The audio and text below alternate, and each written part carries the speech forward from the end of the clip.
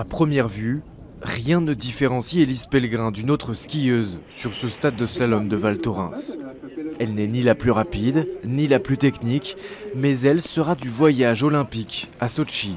Mieux, elle endossera le rôle de porte-drapeau de son pays. Un jour, papa qui m'a parlé de Malte, comme quoi j'avais des origines maltaises et que je pouvais aller aux Jeux Olympiques avec Malte. Et au début, je voulais pas trop en entendre parler. Et puis finalement, c'est vrai que c'est une super expérience et donc j'ai accepté qu'on fasse les démarches pour avoir la nationalité.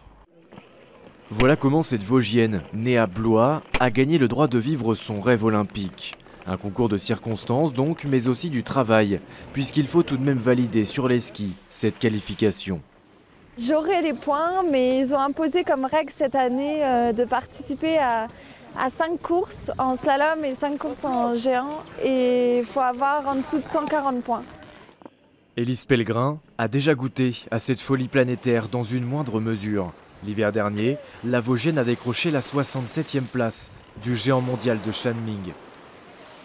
Aidée de son entraîneur qui partage sa vie, Élise prépare ce rendez-vous unique. D'un côté, son programme d'entraînement à gérer, de l'autre, un périple administratif à surmonter. J'étais pas trop au courant non plus de tout ce qui se passe, et Malte non plus.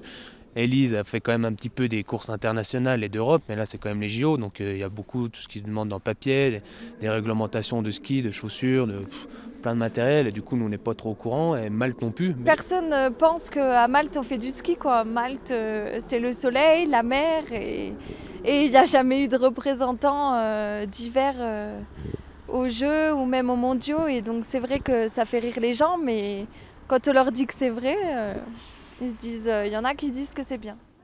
Sur les pistes, Élise s'est fait une petite notoriété. Elle la partage avec une poignée d'autres skieuses qui représenteront elles aussi d'autres nations d'ordinaire étrangères au sport d'hiver. Alors moi je voudrais quand même vous présenter Kenza, qui va aussi participer aux Jeux Olympiques pour le Maroc.